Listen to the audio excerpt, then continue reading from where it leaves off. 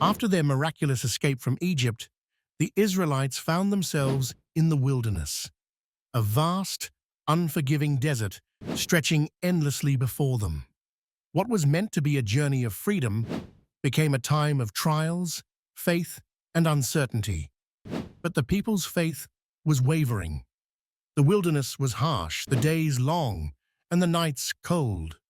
Hunger and thirst became their constant companions. They began to complain. But Moses did not despair. He turned to God, seeking guidance. And the Lord answered him. And so the manna fell from the sky, a bread-like substance that the Israelites could gather each morning.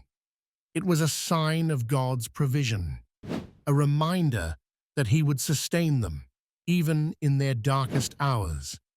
But even as the manna fell, the Israelites' journey was far from easy. Days turned to weeks, and weeks into months. Their faith was tested not only by hunger and thirst, but by the very uncertainty of the wilderness. Then, on the mountain of Sinai, God gave Moses the 10 Commandments, His law for the people to follow. But as Moses remained on the mountain, the people grew impatient.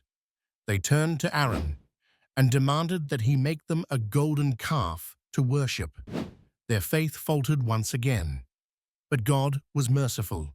He showed them that even in their rebellion, He was faithful. He disciplined them, but He never abandoned them. The Israelites would spend 40 long years in the wilderness, but each step, each trial was shaping them. They were learning to trust in God's provision, to walk by faith, not sight. And though they stumbled, the Lord's grace was always there, guiding them toward the promised land. The wilderness was a place of testing, but also a place of transformation.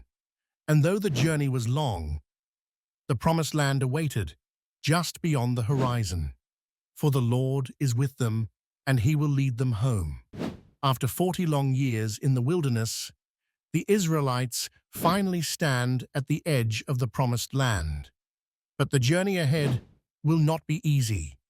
They must face the mighty city of Jericho, a stronghold that stands in their way.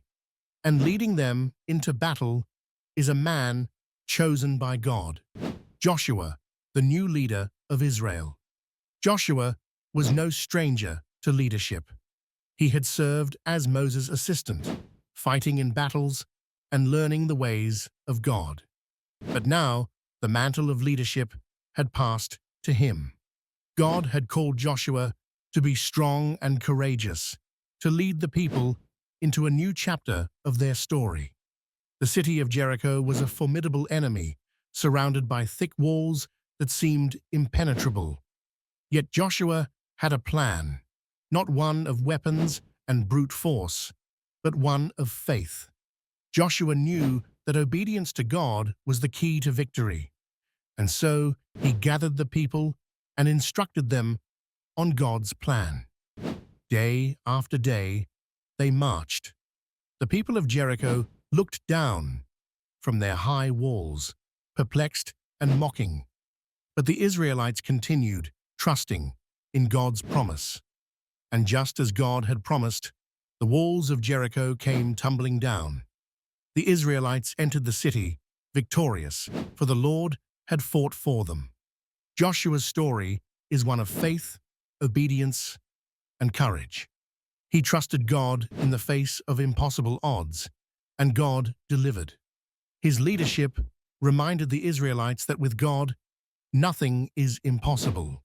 And so the Israelites entered the promised land, not by their own might, but by the power of God. And Joshua, their faithful leader, led them into a new era of hope and fulfillment.